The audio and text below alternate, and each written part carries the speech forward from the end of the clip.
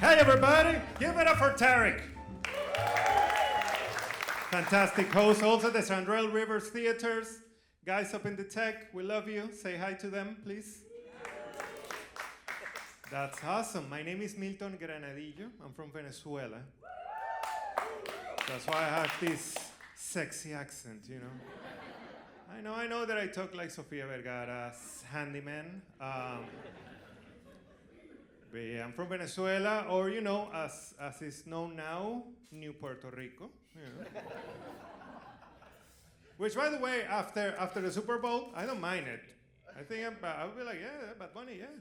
I have a friend that's American, and he's still like super upset about it. And he was like, you know what, Milton? The thing that offends me is that I didn't get to understand anything. And I'm like, I'm from Venezuela, and I didn't understand shit, man. It's fine, it's fine. Also, I don't understand the American football, man. I don't get it, you know. So, like, no one understands anything. We're all good. I realized that I don't get it is because of the measuring system, you know? Americans take for granted how bizarre the measuring system is, you know? Like my height, for example, like anywhere in the world, my height is 1.82 meters, that's it. Here my height is like 5 feet and 3/4 of the penis of George Washington. ¿Por qué? ¿Por qué? But yeah, it's very annoying being Venezuelan right now, you know, because Venezuela became like the boogeyman, you know. A couple of weeks ago, I was in Doral. For those who don't know what Doral is, it's basically the Venezuelan Chinatown. So there was a political rally, and there was this guy being like, you know, we don't want the United States of America to become one of those disgusting countries riddled with communism and drugs like Venezuela. I'm like, Jesus, man, where are you from? Venezuela. Help me out a little bit, you know. But I also got a bunch of support, which is nice, even though sometimes it's a little weird, you know. I was checking Instagram today, and there was this person saying, she had a story, and she was posting like, the United States needs immigrants. Immigrants is what makes America great. And I was like, oh, that's nice. And then the next story was like, and you Republicans, good luck trying to find someone to pick up your oranges. Good luck trying to find someone that is not Venezuelan, that's willing to pick up your trash. Good luck trying to find someone that's gonna clean the shit out of your kids' diapers. I was like, lady, you need to relax. I don't know if that's helping, you know? Relax a little bit, you know? But I'm so happy to be here. Give it up for the Vice City Festival, man. It's beautiful. I've been living in Miami for 10 years. I love Miami, especially because I feel like no one is from here, you know? Everyone is from somewhere else. You can have a café cubano made by a Colombian at a 7-Eleven in Little Haiti. I love it. Also, food-wise, you know, every time there's a tourist asking me this question, I feel it's super fun when someone is like, hey, man, I want some Miami food. That's not a thing. Because we have everything, you know? We have Cuban food, Venezuelan food, Colombian food, Mexican, Indian, Mediterranean, Italian, and American, which is all of that, but deep fried, you know? I love it. Also, I love Miami because it's a bilingual city. So that provides a unique opportunity, a beautiful opportunity. So there's a delay in Peru. I'm sorry, I know that you guys are far away. I know. I love Peruvian food, lady. Yes, ceviche is life. Thank you. And I have attention deficit disorder, so thank you very much for that. Because like I deleted all the material and I'm like, ceviche.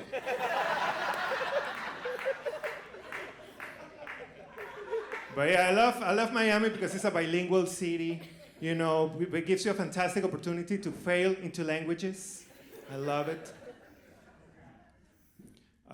Actually, I was doing a show in English, and this very nice lady approached me, and she was like, "Oh, you're from Venezuela?" I'm like, "Yes." And she's like, "But your English is good." What do you mean with but? Lady, you don't know me. Back in my country, I was upper middle class. Lady, back in my country, I went to private school. Lady, back in my country, I was white. Granted, I understand that being upper middle class in Venezuela is kind of like flying first class on Spirit. You know, it's a little Yankee, you know. But yeah, I honestly thought that I was white, but then I went to West Palm Beach. And I saw some white people dancing, and I was like, I am not white. Okay. I get it. I travel a lot for comedy. A couple of months ago, I was in Mexico. Clap it up if you've been to Mexico. Beautiful. Mexico is beautiful. You should go. Not right now, though. But it's beautiful. The food, man. The food is fantastic. I really like the food. Granted, I was more Pepto-Bismol than person while I was there. But I loved it. I became friend with a guy that was like very, very Mexicano, very ándale, And he had this catchphrase. He would say this very inspirational thing to me all the time. He would stare at me and he would say, "Eso no pica! Eso no pica! That's so spicy! Eso no pica!" Now we just with one fingertip being like, it does pica. One time he got like super upset and he was like, "Eso no pica! Eso no pica! What's the matter, man? When you were growing up, didn't your mom put tiny chiles under your tongue?" No. "What did your mom give you? Love?"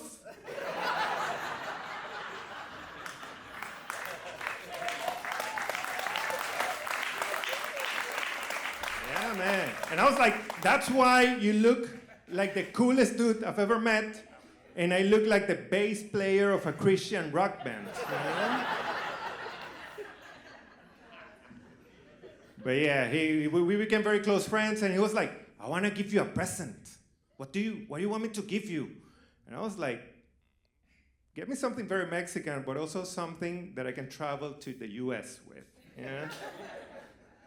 And he was like, "I'm gonna give you something very Mexican." And I was like, "Okay, I trust you."